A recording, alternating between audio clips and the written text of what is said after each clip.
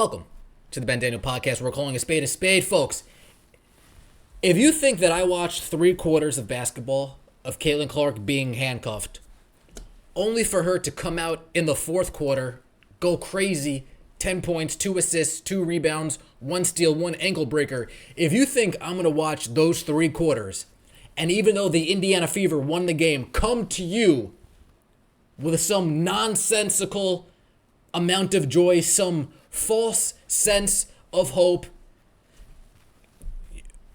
you're wrong. You can click off now. I'm coming to you as somebody that watched Caitlin Clark get handcuffed for 3 quarters. I'm coming as somebody that watched Christie Sides come out to start the game saying we're going to feed the ball to the post. We're going to slow the pace down. All the movement that you saw against the Phoenix Mercury the game before, all the backdoor action that you saw against the Phoenix Mercury before, all the up-tempo pace of play that you saw against the Phoenix Mercury the day before, no. We're going to completely switch it up.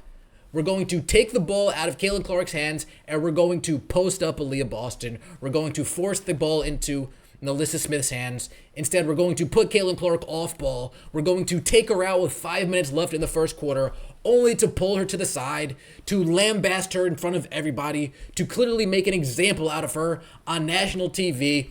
If you think I'm going to see that take place, and just because the Indiana Fever won this game, I'm going to come here to you lying that I'm so excited about what I saw, I got news for you, folks.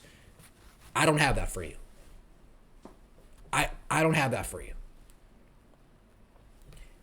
This team wins games despite Christie Sides. I don't know how much clearer I need to be. Despite the Christie Sides initiative, this team still manages to win games. Like I continue to tell you, Kelsey Mitchell, Aaliyah Boston, Caitlin Clark, Melissa Smith, the sheer will of those 4 women, along with a Katie Lou Samuelson, along with Alexi Hull, the sheer will of those 6 women are the only reason why this team is winning games. It has 0 to do with Christie Sides. Again, folks, if you're here to listen to somebody say pleasantries about what they saw against the Minnesota Lynx today, I'm sorry, I am not going to be delivering that on this occasion. How much longer do we need to see this team look one way one quarter, look another way another quarter, look one way another quarter, look one way another quarter?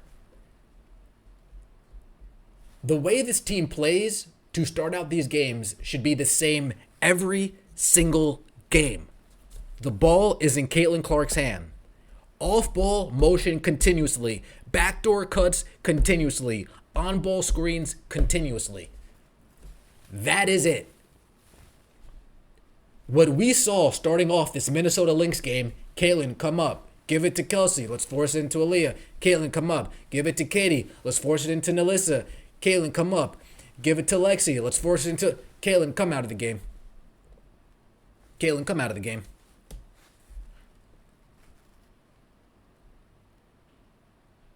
Why weren't we just running a fast-paced offense like against the Mercury again, Coach? Why weren't we playing up-tempo like we did against the Mercury again, Coach? Oh, because this is the Minnesota Lynx, and they're the best team, and they have the best defense in the league. But aren't they missing their best player? Okay, so if they're the best defense in the league, right? Follow me here, folks. If they're the best defense in the league and they're missing their best player, what's smarter to me? Do we play slow and allow them to think through the game without their best player? Allow them to think through the game?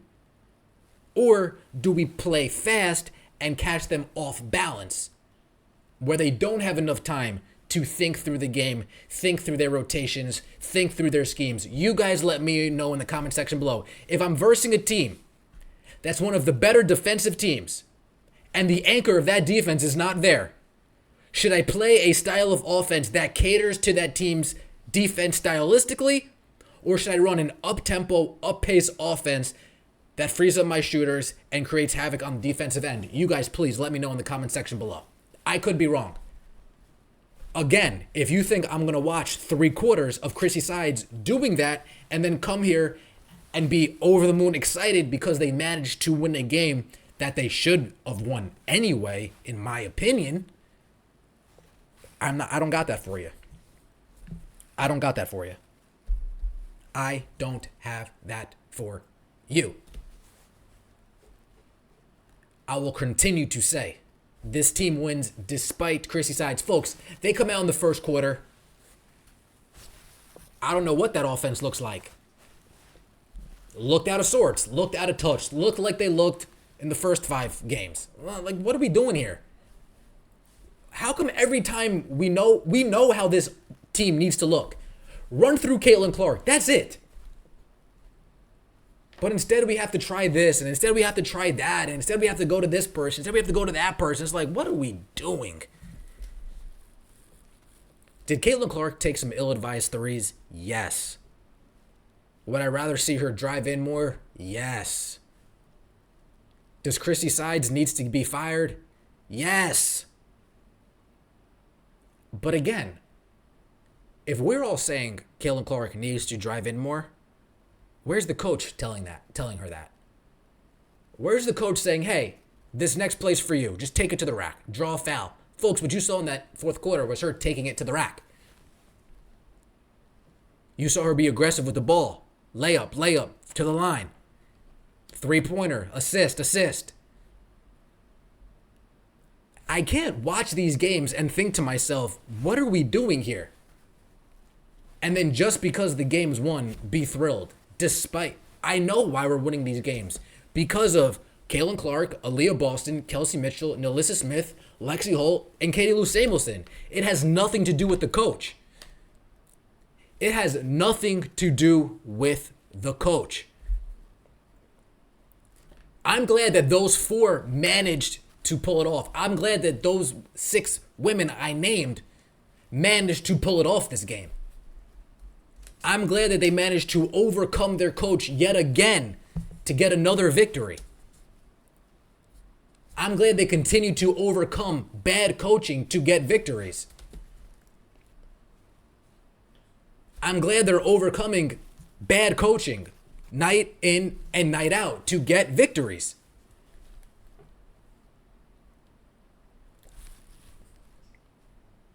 But you can't be happy about what we saw today. I can't be. I don't know. I can't be. Because that's the roller coaster. What I'm supposed to be thrilled that we played good 1 quarter just because we didn't do good for 3 quarters prior to that. Now, since we ended on a high, I'm supposed to be only focusing on the high. No. The only reason why we needed to come back in the game is because we spent 3 quarters of doing bullshit. We spent 3 quarters of watching the sideshow.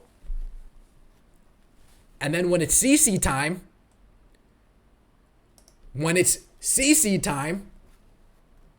the offense looks different. The offense looks way different. And that's the issue, folks. That lies the issue.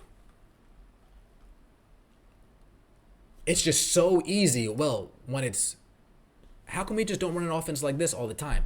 We don't even, folks, Christie Sides didn't even allow the Minnesota Lynx to stop their up-pace, up-tempo offense. They just came out slow off the rip. Why should I be happy coming to talk to you guys about that? Why? What about that? I need to know. Nothing is the answer. Nothing about watching Christie Sides bad coaching should inform you that I'm going to come in here and tell you how great this team played. The team played good despite Christie Sides. Happy, back on topic. Christie Sides is an abomination. Look at what Caitlin Clark's doing here in the fourth quarter. Look at what she's doing here in the fourth quarter. She can do this consistently. She can consistently get to the rack against these women, yet she decides to pull up from 35 all the time. Caitlin, just blow by these girls, please. Stop. Stop. Blow by them. Let's get these easy buckets and get this out of the way. Even at the end of the game, imagine this. Imagine this. Listen to that crowd. In Minnesota. In Minnesota. In Minnesota. Again, the crowd loves her. So shout out to Cheryl Reeves, this fool, the coach of the Minnesota Lynx, who at every turn loves to downplay Caitlin Clark. Don't worry, I'm gonna get into Cheryl Reeves tomorrow. I'm gonna spend my time and talk about Cheryl Reeves tomorrow. You guys ever watch Billy Madison? I'm glad I called that guy. Remember that? Remember this scene? Of course not people to kill. We're not getting that excessive here. Remember this scene? This is Caitlin Clark with people to beat. And it's everybody who talked trash to her, everybody who wronged her, everybody who talked out the side of their neck while she was in college coming into the league. And she's just crossing out names. And Cheryl Reeves is just another name getting crossed off the list. Just another name getting crossed off the list. Again, right, folks, I do a good job of comparing the WNBA to professional wrestling, right?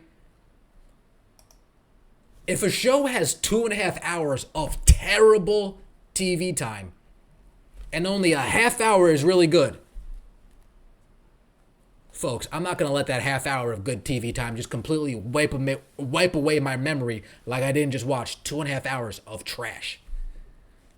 Folks, I'm not going to let one good fourth quarter wipe away my whole memory that 3/4 of Christie Sides coaching was complete trash. That's why you come here. Because I'm keeping it real. I'm calling a spade a spade. Once again, the Indiana Fever win. But it's not because of Christie Sides. It is because of Kelsey Mitchell, Aaliyah Boston, Caitlin Clark, Nalissa Smith, Katie Lou Samuelson, and Lexi Hall.